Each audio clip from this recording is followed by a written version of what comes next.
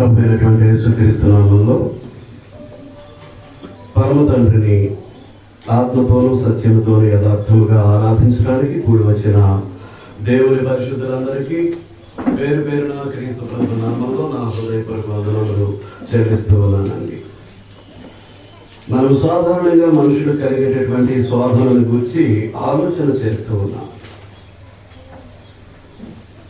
మనుషులకు సాధారణంగా కలిగేటటువంటి శోధన విషయంలో దేవుడు మనకు ఏమి నేర్పించదలిచాడు అని అంటే ఓర్పును సహనాన్ని.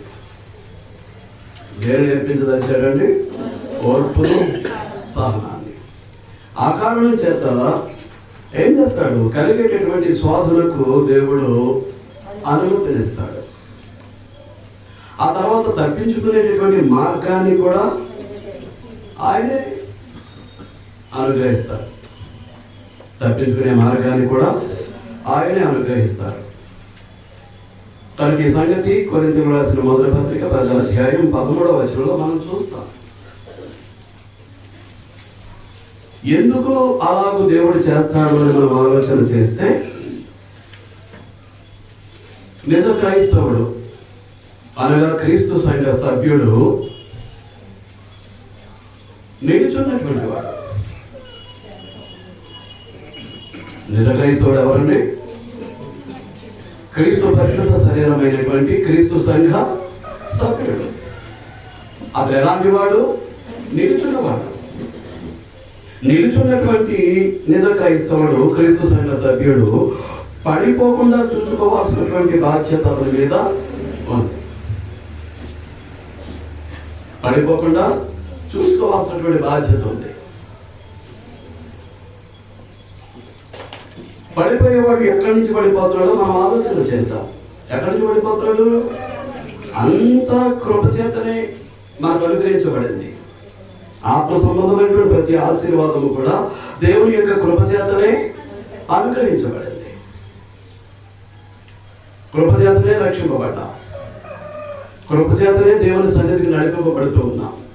కృపచేతనే దేవుడు అప్పగించినటువంటి సత్క్రియలలో పారివారం అవుతూ ఉన్నాం. కనుక క్రైస్తవ జీవితంలో సంభవించేటటువంటి జరిగించేటటువంటి ప్రతిదీ కూడా దేవుని యొక్క మహాకృప చేతే. ఆయన కృపే తప్ప మన గొప్పతనం ఏమీ లేదు అనేటటువంటి వాస్తవాన్ని గత పాఠంలో మనం ఆలోచన చేశాం.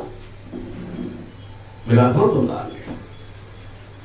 అంచేత ఎక్కడి నుంచి పడిపోతున్నాడు అని అంటే కృపలో నుంచి పడిపోతున్నాడు. కృపలో నుంచి పడిపోతున్నాడు. కృపలోంచి పడిపోయిన వాడు విశ్వాసంలో నుండి కూడా పడిపోతూ ఉన్నాడు. విశ్వాసంలోంచి పడిపోయినటువంటి వాడు భక్తి జీవితంలో కూడా పడిపోతున్నాడు. ఆ తర్వాత తాను దేవుని కొరకు జీవించాల్సినటువంటి క్రైస్తవ జీవితంలో నుంచి కూడా పడిపోతున్నాడు. మొత్తం మీద దేవుడు కొరకు నడుచుకోవాల్సినటువంటి దేవుడు ఏర్పరిచినటువంటి మార్గంలో నుండి పూర్తిగా తొలగిపోతూ ఉన్నాడు. ఈ సంగతిని మనం గుర్తించాల్సినటువంటి అవసరం ఉందండి. కనుక నిజ క్రైస్తవుడు పడిపోవడానికి అవకాశం లేదు. నిలబడ్డటువంటి వాడు పడిపోవడానికి వీల్లేదండి. పడిపోవడానికి వీల్లేదు. ఎలాగో పడిపోతాడు అని అంటే 125వ కీర్తన 3వ వచనంలో మనం చూసాం. నీతిమంతుడైనటువంటి వాడు మరలా తిరిగి పాపం చేయడానికి తన చేతిని చాచకూడదు. నీతిమంతుడైనటువంటి వాడు మరలా తిరిగి పాపం చేయడానికి తన చేతిని ఏం చేయకూడదు? చాపకూడదు. బాప్తిస్మం పొందాడు, బాప్తిస్మం ద్వారా కొత్తగా జన్మించాడు, క్రీస్తునందు నూతన సృష్టిగా మలచబడి దేవుని కొరకు బ్రతికే బ్రతుకుల నుంచి మరలా పడిపోయే దుస్థితి అనేటటువంటిది అది మనకు ఆశీర్వాదకరమైంది కాదు అనేటటువంటి దాన్ని మనం గుర్తించాల్సినటువంటి అవసరం ఉంది. మీరు అర్థమవుతుందా? అంచేత మనం చాలా జాగ్రత్తగా మన జీవితాన్ని నడిపించుకోవడానికి మనం ప్రయత్నం చేయాల్సినటువంటి అవసరం ఉంది. కనుక దానికి ఉదాహరణ ఎవరు అని అంటే ఇశ్రాయేలు. 430 సంవత్సరాలు ఐగుప్తు రాజు అయినటువంటి ఫరో కింద, ఫరో సైన్యము కింద బానిసలుగా ఉన్నటువంటి వారిని వారు మొదలుపెట్టగా దేవుడు ఆలకించి మోషేను అహరోన్ని పంపించి 10 అద్భుత కార్యాలు జరిగించి ఐగుప్తు దేశం అంతటిని నాశనం అందించి వారిని ఏం చేశాడు? విడిపించి తీసుకుని వచ్చాడు. ఎర్ర సముద్రం అడ్డుగా వస్తే ఎర్ర సముద్రాన్ని పాయలుగా చేసి 6 నేల మీద వారిని నడిపించాడు. వారిని మళ్ళా వెనక్కి తీసుకుపోవడానికి వచ్చినటువంటి 600 రథాల మీద వచ్చినటువంటి ఐగుప్తు సైన్యాన్ని ఎర్ర సముద్రంలో జల సమాధి చేసేశాడు. వారి ఆకలి తీరడం కొరకు దేవదూతల ఆహారాన్ని ఏం చేశాడు? మన్నాను వారికి కురిపించాడు. వారి త్రాగటానికి నీళ్లు కావాలంటే తమను వెంబడిస్తున్నటువంటి బండలో నుండి నీరు వారికి సమృద్ధిగా అనుగ్రహించాడు. మీరు అర్థమవుతుందా అండి?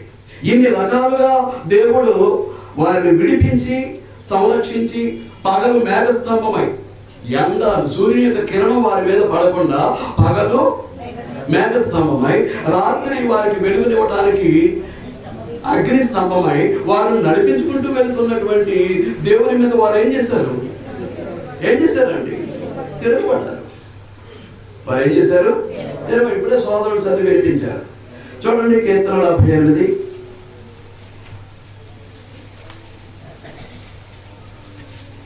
కీర్తన గ్రంథం 78వ కీర్తన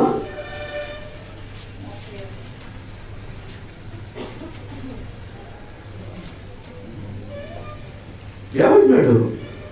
దేవుడు తమకు ఆశ్రయ దొరకమనియు మహోన్నతులైన దేవుడు తమకు విమోచకుడనియు వారు జ్ఞాపకం చేసుకొని. అంటే ఇప్పుడు ఎంతవరకు చెప్పిందంతా వారికి దేవుడు చేస్తే వారు ఏమనుకున్నారు? దేవుడు తమకు ఆశ్రయ దొరకమనియు మహోన్నతులైనటువంటి దేవుడు తమకు విమోచకుడనియు వారు జ్ఞాపకం చేసుకున్నారు. జ్ఞాపకం చేసుకుని వారు స్థిరంగా ఉన్నారా? అయినను వారి హృదయం ఆయన ఎడల స్థిరముగా ఉండలేదు. హృదయం స్థిరంగా లేనప్పుడు దేహాలు స్థిరంగా ఉండవు. హృదయం నందు దేవుని పట్ల సరైనటువంటి విశ్వాసం లేదు. అందున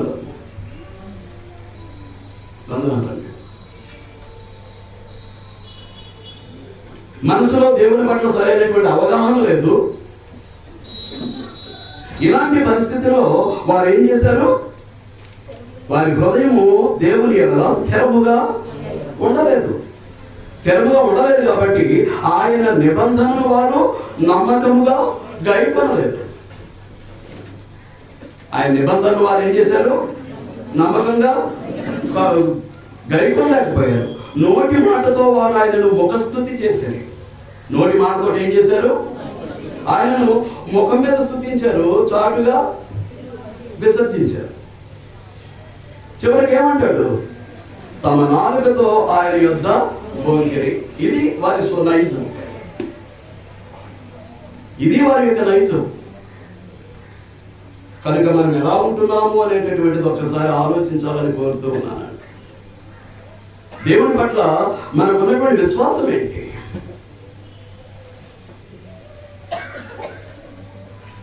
దేవుని పట్ల మనం కలిగి ఉన్నటువంటి విశ్వాసానికి తగినటువంటి జీవన విధానం ఏంటి? మనం ఆలోచించుకోవాల్సినటువంటి అవసరం ఉంది. అందుచేతనే రోమపత్రిక 11వ అధ్యాయంలో మాట్లాడుతూ ఏమంటాడు? ఇశ్రాయేలు జనాంగము దేవుని యొక్క ప్రజ, దేవుని కొరకైనటువంటి సహజమైనటువంటి ఒలివ చెట్టది. ఇశ్రాయేలు జనాంగము వారెవరు? సహజమైనటువంటి ఒలివ చెట్టు. సహజమైనటువంటి ఒలివ చెట్టు అయితే ఆ చెట్టుకు అన్యజనులు అనేటటువంటి మనము ఏమయ్యాం? అంటుకట్టబడ్డాం. Israelites are the original olive tree, a true olive tree. Gentiles are the wild olive tree. అడవి ఒలివ చెట్టు ఎవరు? అన్యజనులు. ఇశ్రాయేలు ఎవరు? సహజమైనటువంటి న్యాచురల్ ఆలివ్ ట్రీ. ఇది అర్థమవుతుందా? అయితే ఇక్కడ ఏం జరిగింది? 20వ వచనం మంచిది. వారు అవిశ్వాసమును బట్టి విరిచివేయబట్టి. రోమీయులకు రాసిన పత్రిక 11వ అధ్యాయం 20వ వచనం. ఇప్పుడు సహజంగా వచ్చినటువంటి కొమ్మలు, సహజంగా ఉన్నటువంటి ఒలివ చెట్టుకు వచ్చినటువంటి కొమ్మలు, వాటిని ఏం చేశాడు? విరిచివేసి పారవేసి ఆ విలువబడిన చోట అడవి ఒలివ చెట్టు లాంటి అన్ని జనులను పట్టుకొచ్చి ఏం చేశాడు? అంటుకట్టాడు.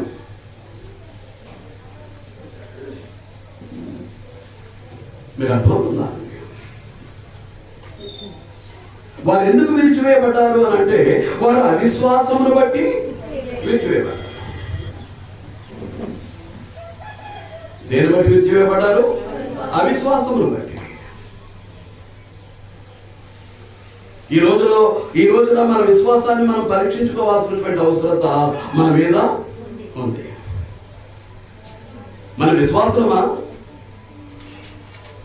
నేను పునాదిలోకి మూలానికి వెళ్ళిపోయా. ఇప్పుడు ఎబ్రీ పత్రిక 11:6 ఏమంటాడు? విశ్వాసం లేకుండా దేవునికి ఇష్టడైనట అసాధ్యము. మీరు అర్థమవుతుందా? దేవుడు విశ్వాసం లేకుండా దేవునికి ఇష్టడైనట అసాధ్యము. ఎందుకీ మన విశ్వాస పరిధేంటి? ఎంతవరకు విశ్వాసులుగా కొనసాగుతూ ఉన్నాం? ఎంతవరకు అవిశ్వాసులుగా కొనసాగుతూ ఉన్నాం? ఏ సందర్భాల్లో విశ్వాసులుగా మనం బ్రతుకుతూ ఉన్నాం? ఏ సందర్భాల్లో అసలు అవిశ్వాసులుగా మనం బ్రతుకుతూ ఉన్నాం? అందులోనే మేము విశ్వాసులం అన్నట్టుగా మాట్లాడతాం, విశ్వాసులం అన్నట్టుగా ప్రవర్తిస్తాం. అందులోనే మేము అవిశ్వాసులం అన్నట్టుగా మాట్లాడతాం, అవిశ్వాసులం అన్నట్టుగా ప్రవర్తిస్తూ ఉంటాం. క్షణక్షణము మన యొక్క దృక్పథాలు, మన యొక్క జీవన విధానం ఏమవుతుంటుంది అన్నమాట అండి, మారిపోతూ ఉంటుంది. దేవుడు మానవుడు కలిసి స్నేహం చేయడానికి, దేవుడు మానవుడు కలిసి సహవాసం చేయడానికి, దేవుడు మానవుడు కలిసి నడవటానికి విశ్వాసమే మాధ్యమం. విశ్వాసమే మాధ్యమం. విశ్వాసము ద్వారానే దేవునితో స్నేహము, విశ్వాసము ద్వారానే దేవునితో సహవాసము, విశ్వాసము ద్వారానే దేవునితో కలిసి నడక, దేవుని విధానం. ఎలాంటి విశ్వాసాన్ని కలిగి ఉంటూ ఉన్నాం? ఎప్పుడైనా ఆలోచన చేశామంటారా? చూడండి, ఒకసారి ఆదికాండానికి మనం వెళ్ళి కొన్ని ఉదాహరణలు చూద్దాం.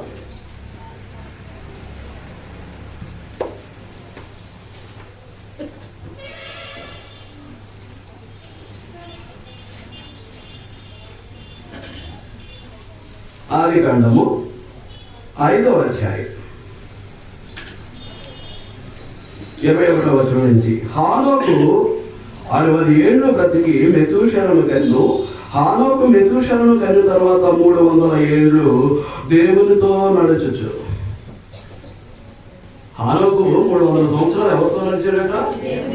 దేవునితో. అంటే దేవుని యందు విశ్వసించినది మొదలు, ఈ ఇట్టి పరిస్థితుల్లోనూ దేవుని పట్ల అవిశ్వాసము పొందినటువంటి వాడు కాదు. దేవునితో స్నేహాన్ని పోగొట్టుకున్నటువంటి వాడు కాదు. దేవునితో తనకున్నటువంటి సహవాసాన్ని పోగొట్టుకున్నవాడు కాదు. దేవునితో నడిచేటటువంటి నడతను ఆపినటువంటి వాడు కాదు. మరి మనము అలాగే నోవాహు చూడండి, 6వ అధ్యాయం 9వ వచనం. నోవాహు వంశావళి ఇదే. నోవాహు నీతిపరులను తన తరములో నిందారహితుడినై ఉండెను. నోవాహు దేవునితో కూడా నడిచినవాడు. ఎవరితో నడిచాడు?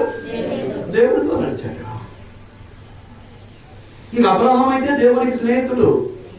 Abraham was a close friend to God. Abraham దేవునికి స్నేహితుడు. క్రీస్తునందు, మన యొక్క క్రీస్తు పరిశుద్ధ శరీరమైనటువంటి క్రీస్తు సంఘమునందు మన యొక్క విశ్వాసము, మన యొక్క ఉనికి ఎలా కొనసాగుతుంది?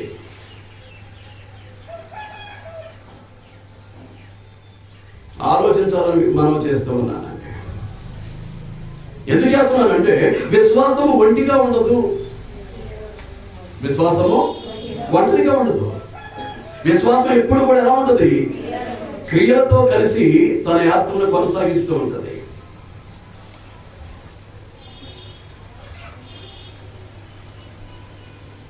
క్రియలతో కలిసి తన యాత్రను కొనసాగిస్తూ ఉంటుంది. చూడండి, యాకోబు రాసినటువంటి పత్రిక 2వ అధ్యాయం. యాకోబు రాసిన పత్రిక 2వ అధ్యాయం చూడండి. అబ్రహాము దేవుని స్నేహితుడు అనే మాట మనం ఇక్కడ చూడవచ్చు, అందుకే అక్కడ నేను చూపించలేదు. 2వ అధ్యాయం 23వ వచనం. కాబట్టి అబ్రహాము దేవుని నమ్మెను, అది అతనికి నీతిగా ఎంచబడను, లేఖనము నెరవేర్చబడెను, మరియు దేవుని స్నేహితుడని అతనికి పేరు కలిగెను. అబ్రహాం ఎవరు? దేవుని స్నేహితుడు. నేనెవరిని?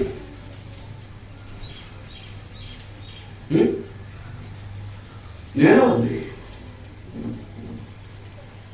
మీరు అనుకుంటున్నారా? మిమ్మల్ని మీరు అనుకుంటున్నారా మీరు దేవుని స్నేహితులా కాదు అనేది? మీరు నీతిమంతులా కాదు అనేటటువంటి మిమ్మల్ని మీరు పరిశీలించుకుంటున్నారా?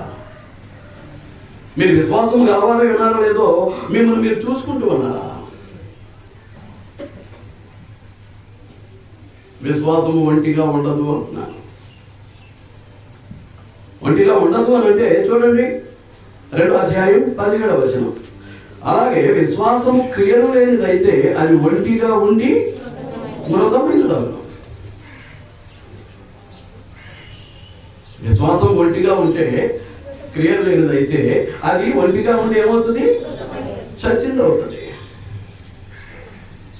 ఇప్పుడు నేను బ్రతుకున్నాను, మిమ్మల్ని అందరినీ చూస్తున్నాను, మీరు అందరూ నాకు కనిపిస్తున్నారు, మీ అందరితోటి దేవుని వాక్యాన్ని పంచుకుంటూ ఉన్నాను, చేతులు కదుపుతున్నాను, కాళ్ళు కదుపుతున్నాను, నా శరీర అవయవాలన్నీ పనిచేస్తాయి.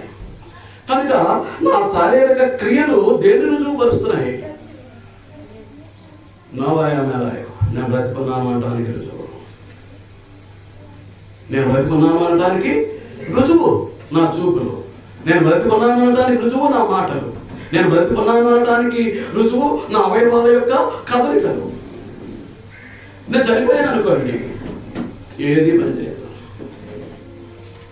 పనిచేస్తాయండి? ఏది పనిచేయదు. అలాగే నా విశ్వాసం పనిచేస్తూ ఉందా? మృతమైందా?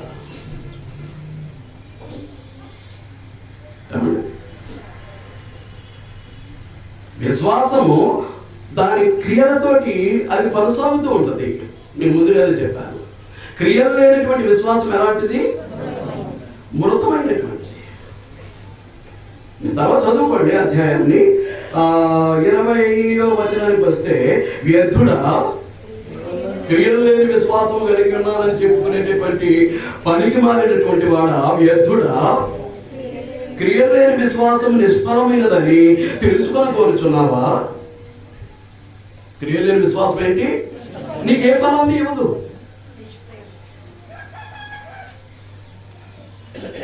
క్రియలు లేనటువంటి విశ్వాసము నేను విశ్వాసం కలిగి ఉన్నానని చెప్పుకోవడానికి సరిపోదు. క్రియలు లేనప్పుడు దాని faith is dead faith. It's not living faith. జీవిస్తున్నటువంటి విశ్వాసం కాదు అది. ఏ విశ్వాసం అది? చచ్చినటువంటి విశ్వాసం.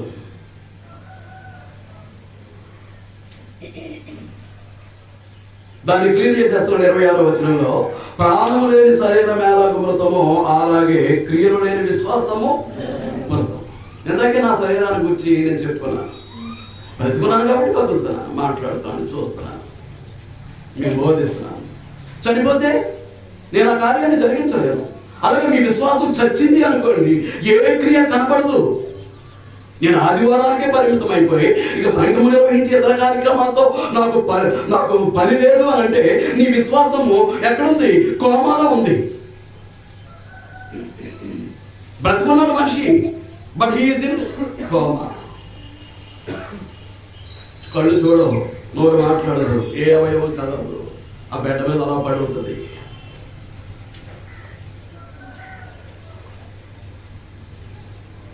నేను ఆదివారానికే వస్తాను, మిగిలిన కార్యక్రమంతో పని లేదనేటటువంటి వాడి యొక్క విశ్వాసము చావు బ్రతుకుల మధ్య కొట్టుకుంటూ ఎక్కడుందన్నమాట అండి? కోమలో ఉంది.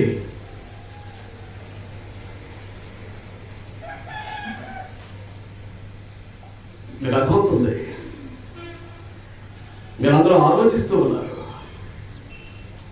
ఆలస్యంగా వచ్చే వాళ్ళు కూడా అంతే.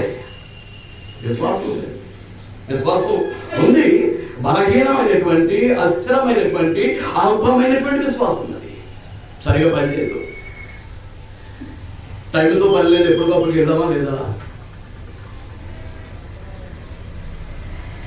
దేవుడు వాళ్ళని చూస్తాడా? నా కుమార్తెలు వస్తున్నారని, నా కుమార్తెలు వస్తున్నారని చూస్తాడా? వాళ్ళు ఇష్టం వచ్చినప్పుడు వస్తుంటే పట్టించుకోడు, దేవుడే పట్టించుకోడు. మరి ఎందుకు రావడం? మరి ఎందుకు రావడం?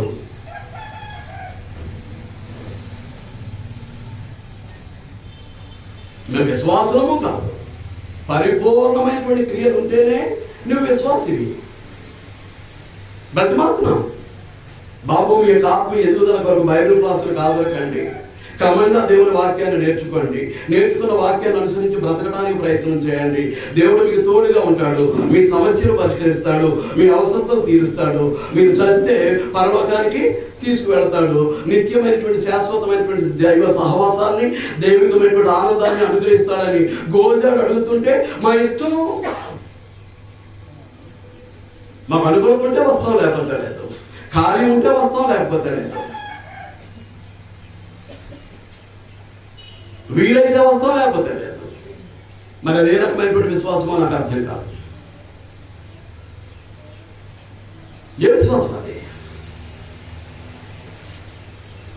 క్రియలు కలిగి ఉంటే అది సజీవమైనటువంటి విశ్వాసం, క్రియలు లేకపోతే అది చచ్చినటువంటి విశ్వాసం. నేను ఆదివారం వస్తాను, మిగిలిన బైబిల్ తరగతులతో నాకు పని లేదు, బ్రహ్మకుడితో పని లేదు, కృతజ్ఞత కూటాలతో పని లేదు, సువార్త కార్యక్రమాలతో నాకు పని లేదు అనుకుంటే that faith is on the bed with coma. That faith is on bed with coma. కాదలికలు లేవు, ఆ విశ్వాసానికి ఏమి లేవు, కాదలికలు లేవు. ఎప్పుడో పోతుంది ప్రాణం. ఆ కొట్టుమిట్టాడుతున్నటువంటి ఆ కోమాలో ఉన్నటువంటి విశ్వాసం కాస్త ఏమైపోతుంది? పిశాచమై మొత్తానికి ఎప్పుడో పోతుంది. సంఘాన్ని వదిలేస్తారు, దేవుడిని వదిలేస్తారు, దేవుని సన్నిధిని వదిలేస్తారు, దేవుని వాక్యాన్ని వదిలేస్తారు, దైవ సహవాసాన్ని వదిలేస్తారు, దేవుడిచ్చే ఆశీర్వాదాలను కూడా వదిలేసి భ్రష్టులైపోతారు. అందులో తిరుగులేదు. సాతాను ఆవహిస్తేనే కానీ, సాతాను మీ బ్రతుకుల్ని, మీ జీవితాన్ని స్వాధీనపరచుకుంటేనే కానీ మీ విశ్వాసంలో ఆ స్థితికి పడిపోరు. నిలుచున్నామని అనుకుంటున్నారు తప్ప ఇందులో ఎంతమంది పడిపోయినారో, ఎంతమంది పడిపోయినారో. మంచి ఒలివ చెట్టే, సహజమైనటువంటి ఒలివ చెట్టే. దాని కొమ్మని ఏం చేశాడు? దేవుడు విరిచి పారేశాడు. ఎందుకు విరిచేశాడు? అవిశ్వాసాన్ని బట్టి. దేని బట్టి? అవిశ్వాసాన్ని బట్టి. మీరైతే విశ్వాసమును బట్టి నిలుచున్నారు. మీరు అంటే ఎవరు అని మనం ఒకసారి అంటాను. రోమపత్రిక 11వ అధ్యాయం. మంచిది, వారు అవిశ్వాసమును బట్టి విరిచివేయబడితే, విరిచివేయబడినప్పటికీ నేను ఇంకా ఒలివ చెట్టుతో అతుకుబడి ఉన్నానని అనుకుంటున్నారేమో. విరిచేశాడు, బయట పారేశాడు, బ్రతుకు ఎండిపోతుంది, అయినప్పటికీ నేను అతుకుబడి ఉన్నాను అనుకుని భ్రమలో వెళుతూ ఉన్నారేమో. ఒక్కసారి మన విశ్వాసాలు మనం పరిశీలించుకుందాం. నీవైతే విశ్వాసమును బట్టి నిలిచి ఉన్నావు. ఓ అన్యజనుడా, నీవైతే, వారైతే ఇశ్రాయేలీయులైతే వారి అవిశ్వాసాన్ని బట్టి విరిచివేయబడ్డారు. నీవైతే విశ్వాసివై నిలిచి ఉన్నావు. దైవ మానవ సహవాసానికి మధ్యవర్తిత్వం నిలిపేటటువంటిది నీ విశ్వాసమే. నీ విశ్వాసం సరిగా లేకపోతే నువ్వు దేవునితో సహవాసం చేయలేదు. ఆయన అద్వితీయ కుమారుడైనటువంటి యేసుక్రీస్తుతోటి సరైనటువంటి సహవాసం చేయలేవు, కలిసి నడవలేవు.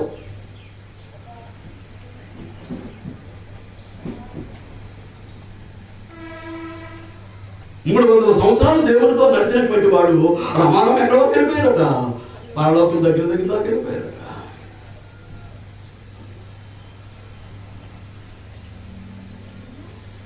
ఇద్దరు విడిపోయే సమయం వచ్చింది. ఓ మార్నింగ్ వాక్ వెళ్ళినట్టు స్నేహితులు ఇరువురు బుధాల మీద చేతులు వేసుకుని చక్కగా ఏవో మాట్లాడుకుంటూ పిచ్చపాటి మాట్లాడుకుంటూ ఓ పార్కులో నడుస్తున్నట్టు. ఎవరెవరు నడుస్తున్నారు? ఒక మానవుడు, దేవుడు. అటు సహవాసం నీకు ఉండాలి, నాకు ఉండాలి, మనందరికీ ఉండాలి. ఉందా? దశాబ్దాలు గడిచిపోతున్నాయి బాప్తిసం పొందామని చెప్పి, క్రొత్తగా జన్మించామని చెప్పి. కానీ అటు సహవాసానికి మనం వచ్చామా? ఆ దైవ మానవ సహవాసం ఎవరితో అనమాట? ప్రభు అయినటువంటి యేసుక్రీస్తుతోటి. ఆయన ఎవరి సహవాసాన్ని పిలిచాడు? కొరింథీయులకు రాసిన మొదటి పత్రిక 1:9 ఏమంటాడు? మన ప్రభు అయిన యేసుక్రీస్తు అను తన కుమారుని సహవాసములకు మిమ్మల్ని పిలిచిన దేవుడు నమ్మదగిన. అంటే తన కుమారునితో సహవాసం చేస్తే ఎవరితో సహవాసం చేయడానికి మనం యోగ్యులం అవుతాం? తన కుమారుడిని పంపినటువంటి దేవునితోటే సహవాసం చేయడానికి మనం యోగ్యులం అవుతాం. దేవుడు మానవుడు కలిసి నడవాలి అని అంటే, స్నేహం చేయాలంటే, సహవాసం చేయాలి అని అంటే దానికి పునాది విశ్వాసం లేకుండా దేవునికి ఇష్టడై ఉండుట అసాధ్యం. మరి వివిధ స్థాయిల్లో విశ్వాసం, వివిధ స్థాయిల్లో విశ్వాసం. పరికరానిటువంటి విశ్వాసం, పరికరానిటువంటి విశ్వాసం. ఇప్పటికైనా బతుకులు మార్చుకోవడానికి ప్రయత్నం చేయండి. నేను 2 చేతులు జోడించి మిమ్మల్ని బతిమాలుకుంటున్నాను. ఎట్లయినా మార్చుకోండి. మనమందరం కలిసి దైవ సహవాసంలో, దేవుని యొక్క సాన్నిధ్యంలో దేవునితో కలిసి నడుద్దాం. పరలోకానికి వారసుల జీవితాన్ని సిద్ధపరచుకుందాం. ఎప్పుడు ఈ శరీరాన్ని విడిచిపెడతామో, ఎప్పుడు ఈ లోకాన్ని విడిచిపెట్టేస్తామో, ఎప్పుడు చనిపోతామో మనకు తెలియదు. పుట్టించేవాడు ఆయన, చంపేసేవాడు కూడా ఆయన. మన జీవితం మీద సర్వాధికారం కలిగిన వాడు ఎవరున్నమాట? దేవుడు. ఆయన కాదు అని మనం భూమి మీద ఏమీ చేయగలం. కనుక మన జీవనయాత్ర దేవునితో కలిసి దేవుని అడుగులో అడుగు వేసుకుంటూ దేవుని సహవాసంలో ముందుకు నడిపించుకోవడానికి మనం ప్రయత్నం చేద్దాం. దేవునితో నడుద్దాం. కాబట్టి మన విశ్వాసాన్ని మనం పరీక్షించుకుంటాం. అన్యజనులు అనేటటువంటి అడవివరేవ చెట్టు కొమ్మలను అతులు చేయడానికి అవిశ్వాసులై ఉన్నటువంటి సహజమైనటువంటి వరేవ కొమ్మలైనటువంటి ఇశ్రాయేలును ఏం చేశాడు? విరిచేసి బయట పారేశాడట. నీవు నేను అలా ఉండకూడదు. నీ శరీరాన్ని బట్టి, నీలోక దురాశలను బట్టి, లోకంలో నీ యొక్క మనుగడల వరకు నువ్వు బ్రతుకుతున్నటువంటి విధానాన్ని బట్టి నీ విశ్వాసం ఏమవుతుంది? బలహీనమైపోతూ ఉంది, అల్పమైపోతూ ఉంది, స్థిరత్వాన్ని కోల్పోతూ ఉంది. స్థిరంగా ఉండట్లేదు. మీకు కావాలంటే మరొకసారి ఇశ్రాయేలు యొక్క విశ్వాసాన్ని మీకు మరలా జ్ఞాపకం చేస్తాను. 78వ కీర్తన.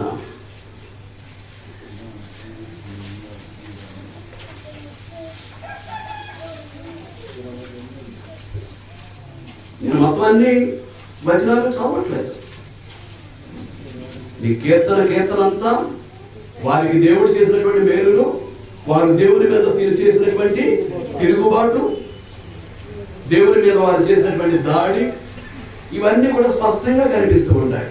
దేవుడు మనకు ఆశ్రయదుర్గ మరియు మహోన్నతులైన దేవుడు తమకు విమోచకుడు అనియు వారు జ్ఞాపకము చేసుకుని, జస్ట్ ఫర్ అన్నమాట. ఏదో జ్ఞాపకం, మనలో జ్ఞాపకం చేసుకుంటాం. తండ్రి బాబా ఆయన జ్ఞాపకం చేసుకున్నా, ఎంత గొప్ప జ్ఞాపకం.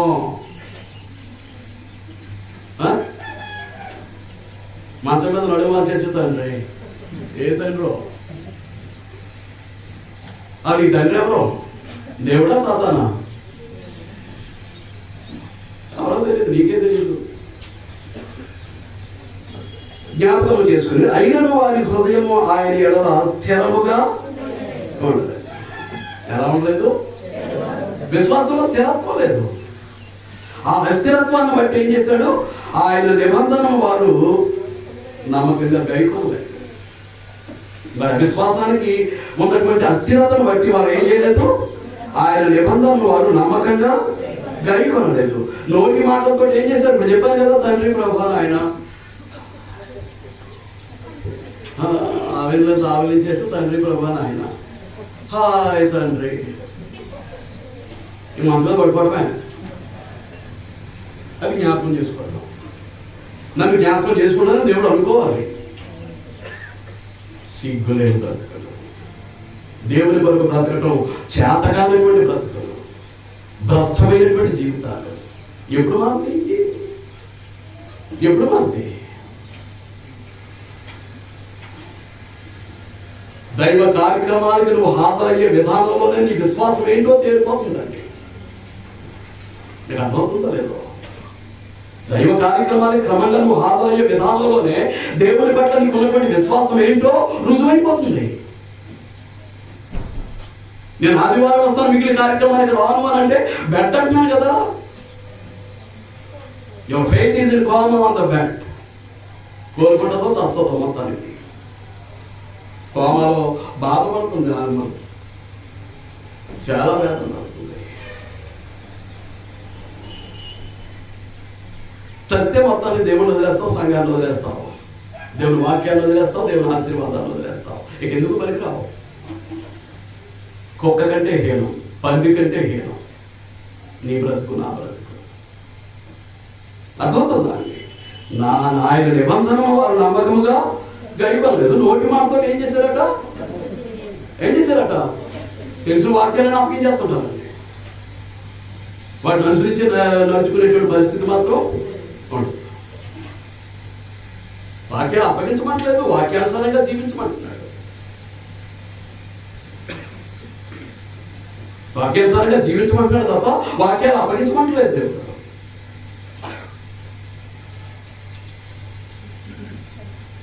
జీవిస్తున్నామా? ఎంతకాలం అడ్డంగా ఉంటారు? ఇలాగెలా ఊపుతారు? ఎంతకాలం అడ్డంగా ఊపుతారండి? మేము నడుచుకోవట్లేదని ఎంతకాలం అడ్డంగా ఊపుతారు?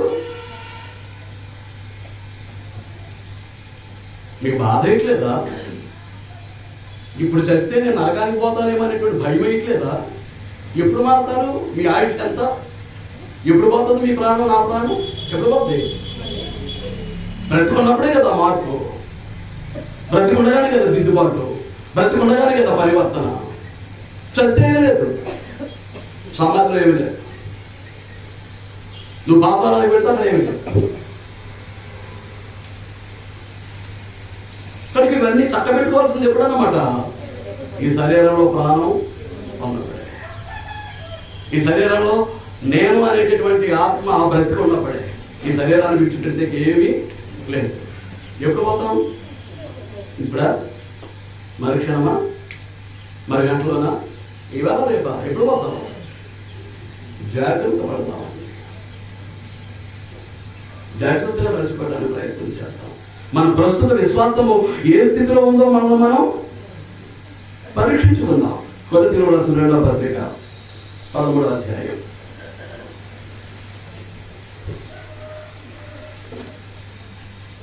కొరింథీయులకు రాసిన 2వ పత్రిక 13వ అధ్యాయం 5వ వచనం. మీరు విశ్వాసము గలవారై ఉన్నారో లేదో మిమ్మల్ని మీరే పరిశోధించి చూసుకోండి. మీరు విశ్వాసం గలవారై ఉన్నారో లేదో, మీకున్నటువంటి విశ్వాసము క్రియాశీలమైందో క్రియలు లేనటువంటిదో మిమ్మల్ని మీరే శోధించి చూచుకొని, మిమ్మల్ని మీరే పరీక్షించుకొని, మీరు భ్రష్టులు కాని ఎడల యేసుక్రీస్తు మీలో ఉన్నాడని మిమ్మల్ని గురించి మీరే ఎరుగరా. మన విశ్వాసాన్ని మనం శోధించి చూసుకోవాలి. మన విశ్వాసాన్ని మనం పరీక్షించుకోవాలి. మనలో క్రీస్తు నివసించాలి. నువ్వు బాప్తిసం పొందినప్పుడు పరిశుద్ధాత్మను వరముగా ఇచ్చేశాడు. నీ దేహాన్ని ఆలయంగా చేసుకుని పరిశుద్ధాత్మ నీలో నివసిస్తూ ఉన్నాడు. దానికి తోడు క్రీస్తు ప్రభు దేవుని రాజ్యం అనేటువంటి క్రీస్తు సంఘానికి పరిపాలకుడు కనుక ముందు నీ జీవితానికి పరిపాలకుడిగా క్రీస్తు ప్రభువుని చేసుకోవాలి కనుక క్రీస్తుని ఏం చేయాలి? నీ హృదయ సింహాసనం మీద ఆయనను ప్రభువుగా ప్రతిష్ఠించుకోవాలి. సర్వాధికారిగా ఆయన నిలుపుకోవాలి. ఆయన సర్వాధికారానికి లోబడి మాత్రమే మన జీవితాన్ని మనం ముందుకు నడిపించుకోవాలి. మన జీవితాన్ని ఏలటానికి దేవునికి అవకాశాన్ని ఇవ్వనప్పుడు సంఘంలో ఉండి ఏలటానికి అవకాశం ఇస్తావా? ఏమండి, నా జీవితాన్ని క్రీస్తు ప్రభు పరిపాలించడానికి నేను అవకాశాన్ని ఇవ్వను, కానీ సంఘంలో ఉంటే ఇస్తానా?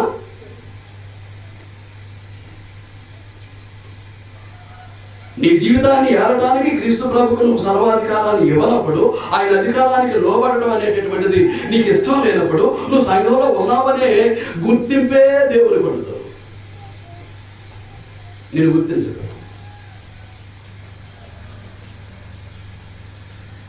ఏం చేస్తున్నానంటే నీవు ఆయన అధికారానికి లోబడలేదు. నిన్ను తీసుకెళ్ళి పరలోకంలో తండ్రికి అప్పగించేంత వరకు నీ మీద సర్వాధికారి ఎవరు? యేసుక్రీస్తు ప్రభువే. నువ్వు ఎక్కడున్నావు? యేసుక్రీస్తులోనికి బాప్తిసం పొంది యేసుక్రీస్తులో ఉన్నావు. ప్రతి క్షణము కూడా నీ జీవితం పరిశీలించబడుతుంది, నీ విశ్వాసం పరిశీలించబడుతుంది, పరీక్షింపబడుతూ ఉంది. నేను ఏదో వస్తున్నాను, కూర్చుంటున్నాను, వెళ్తున్నాను అంటే ఆయన అక్కర్లేదు. ఆయనకు అక్కర్లేదు. దేవునికి ఇష్టం లేకుండానే వచ్చి దేవుని యొక్క గృహమైనటువంటి దేవుని యొక్క రాజ్యమైనటువంటి క్రీస్తు ప్రభు యొక్క సంఘంలో ఉండటం అది మన దౌర్భాగ్యం అవుతుంది. మన దౌర్భాగ్యం అవుతుంది. నా స్వభావం ఆయనకి ఇష్టంగా ఉందా? నా వ్యక్తిత్వం ఆయనకి ఇష్టంగా ఉందా? నా జీవన శైలి, నా జీవన విధానం దేవునికి ఇష్టంగా ఉంటుందా? నా మాటల తీరు దేవునికి ఇష్టమేనా? నా ప్రవర్తన విధానం దేవునికి ఇష్టమేనా? ఎవ్రీథింగ్ మన జీవితంలో సంభవించే ప్రతిదీ కూడా దేవునికి ఇష్టంగా ఉండాల్సినటువంటి అవసరం ఉంది. దేవునికి ఇష్టంగా ఉండాల్సినటువంటి అవసరం ఉంది. నీ యొక్క జీవితం దేవునికి ఇష్టంగా మలిచేది ఏంటి అని అంటే నీ విశ్వాసమే. విశ్వాసం లేకుండా దేవునికి ఇష్టమైనట విశ్వాసం ఫస్ట్ పాయింట్. నువ్వు విశ్వాసం అయి ఉంటే నిలవబడతావు, నీ విశ్వాసం కాకపోతే పడిపోతావు. నిలుచున్నానని తలంచుకునేవాడు పడిపోకుండా ఏం చేయాలి? జాగ్రత్తగా చూసుకోవాలి. కొరింథీయులకు రాసిన మొదటి పత్రిక 10:12 వచనం. నేను నిలబడాలని చెప్పుకునేటటువంటి వాడు పడిపోకుండా జాగ్రత్తగా చూసుకోవాలి. ఇశ్రాయేలుడైతే సహజమైనటువంటి వారి మొక్క వచ్చినటువంటి కొమ్మలే కానీ ఏం చేశాడు? వారి అవిశ్వాసాన్ని బట్టి విరిచేసి ఆ స్థానంలో అడవి వరి కొమ్మలమైనటువంటి మనలను అనగా అన్ని జనులు పట్టుకెళ్ళి ఏం చేశాడు? అంటున్నాడు. ఒరిజినల్ గా ఉన్నటువంటి కొమ్మలు విరిచేసినటువంటి దేవుడు అంటుకట్టినటువంటి నిన్ను నన్ను విరిచేయడా? మన విశ్వాసాన్ని బట్టి.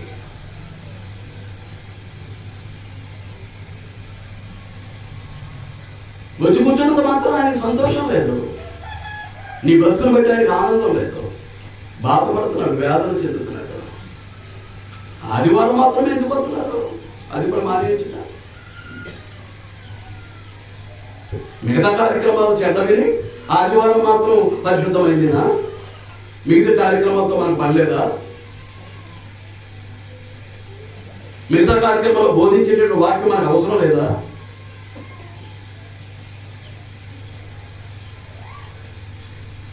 ఎందుకంత నిర్లక్ష్యాన్ని నిర్లిప్తతను మనం ప్రదర్శిస్తున్నామో ఒక్కసారి మనం పరీక్షించుకోవడం అవసరం.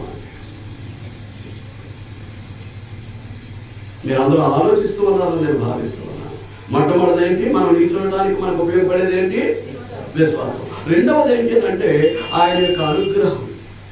చూడండి, రోమీయులకు రాసిన మొదటి పత్రిక 11వ అధ్యాయం 22వ వచనం.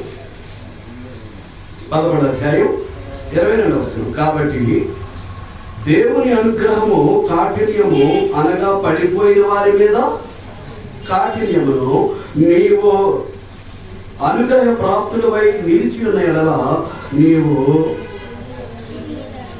నీ మీద ఉన్న దేవుని అనుగ్రహము చూడము, అట్లు నిలువని ఎడల నీవును నరికివేయబడతావు. నిలబడటానికి రెండవది ఏంటన్నమాట? మొట్టమొదటిది విశ్వాసము, రెండవది ఏంటన్నమాట అండి? అనుగ్రహం. దేవుని యొక్క అనుగ్రహ ప్రాప్తులపై మనం ఉండాల్సినటువంటి అవసరం ఉంది. దేవుని యొక్క అనుగ్రహం మన మీద ఉండటానికి తగినటువంటి జీవితాన్ని మనం జీవించాల్సినటువంటి అవసరం ఉంది. అనుగ్రహం ఏంటండి?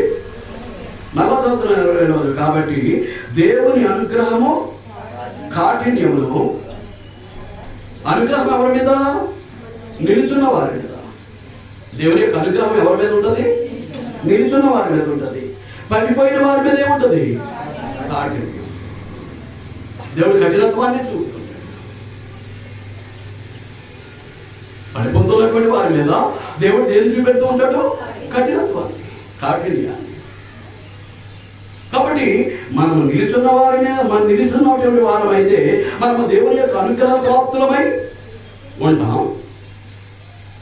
ఆయన అనుగ్రహమే మళ్ళా తిరిగి ఏం చేస్తుంది? మనను నిలబెడుతుంది. ఆయన అనుగ్రహమే మనల్ని ఏం చేస్తుంది? నిలబెడుతుంది.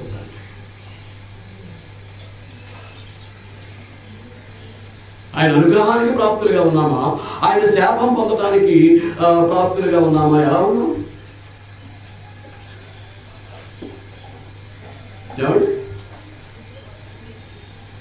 ఎలా ఉన్నాం? చూడండి, 2 పదాలు చూపించేసి నేను ఈ పూట ముగించేయబోతున్నాను. ఎఫెసీ పత్రిక 2వ అధ్యాయం మనం చదువుకున్నదే.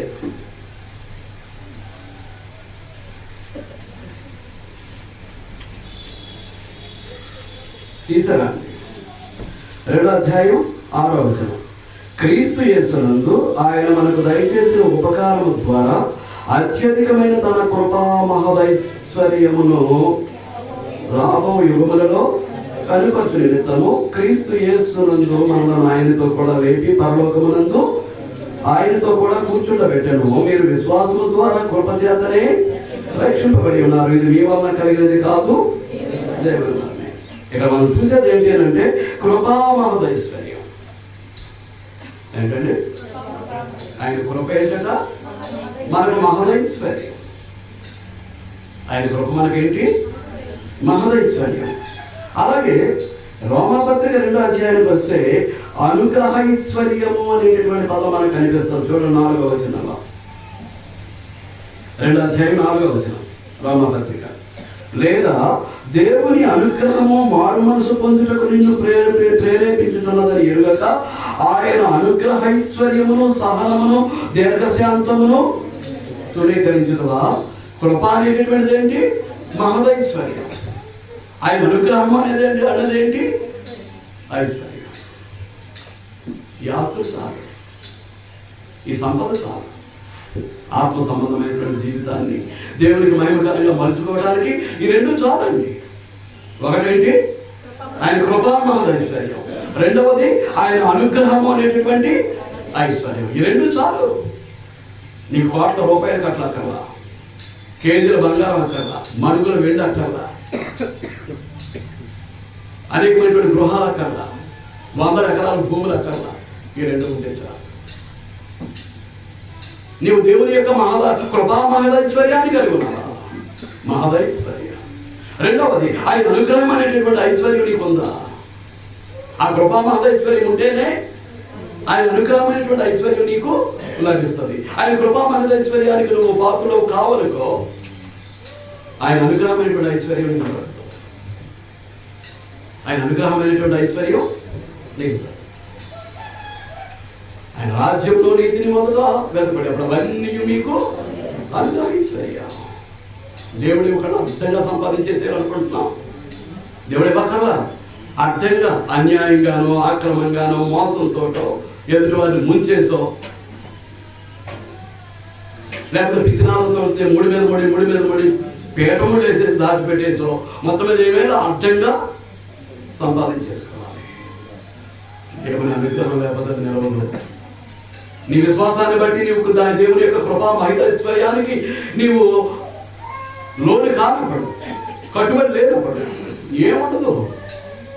ఉన్నది అనుకున్నది కూడా ఏముండదు. మన ఆత్మ సంబంధమైనటువంటి జీవితంలో నువ్వు నేను మహదైశ్వర్యాన్ని పొందాలి. ఆ మహదైశ్వర్యం ఏది? కృప. తర్వాత కృపకు పాత్రం అవడానికి ఏది మూలం? విశ్వాసమే మూలం. ఆయన అనుగ్రహానికి మనం ప్రాప్తం అవ్వాలి అని అంటే ఏది కావాలి? ఆయన కృపా మహదైశ్వర్యాన్ని మనం ముందు కలిగి ఉండడానికి మనం ప్రయత్నం చేయాలి. కృపే సమస్తం. చదవబడినటువంటి విషయాల గురించి ఆలోచన చేయాలి. మీ విధానాలు మార్చుకోండి. ఆదివారాలకే పరిమితమై ఉండకండి. ఆయా ప్రాంతాల్లో ఆయా రోజుల్లో జరిగేటటువంటి బైబిల్ తరగతులను కూడా గుర్తించండి. ఇంట్లో కూర్చొని రావట్లేదండి. చూడబోతున్నాను త్వరలో ఎవరెవరి ఇంట్లో ఉండి బైబిల్ తరగతులు రావట్లేదో నేను చూడబోతున్నాను. మీ పనులకు వెళ్ళిపోతే నేను ఇబ్బంది పెట్టను, మీ డ్యూటీకి వెళ్ళిపోతే నేను ఇబ్బంది పెట్టను. కానీ ఇళ్లలో ఉండి దేవుని కార్యక్రమాన్ని నిర్లక్ష్యం పెడితే మాత్రం ఊరుకునేది లేదండి. ఎందుకు తిట్టుకుంటావో తిట్టుకున్నాను, నాకు వచ్చే నష్టం లేదు. ఎంతగా అసహించుకుంటావో అసహించుకో, నాకు వచ్చే నష్టం లేదు. నీ జీవితం క్రమపరచబడాలి. నీవు దేవునికి ఇష్టడుగా ఉండాలి. నిత్యము కూడా నీవు దేవునితో కలిసి నడపాలి. దేవునికి ఆశీర్వాదాలకు పాత్రమై ఉండాలి. అది దేవుడు కోరుకుంటున్నటువంటిది. ఒక దైవజనుడిగా నేను ఆశించాల్సింది కూడా అదే. కాబట్టి మీ అందరి నుంచి అదే కోరుతున్నాను. మిమ్మల్ని మీరు మోసం చేసుకోకండి. సాతాను సంబంధంగా దేవుని చేత ముద్ర వేయించుకోకండి. శ్రద్ధగా ఉన్నందుకు మీ అందరికీ వందనాలు తెలియజేస్తాం. ఈ ఆత్మీయ హెచ్చరిక ముగిస్తూ ఉన్నాను. అందరికీ వందనాలు.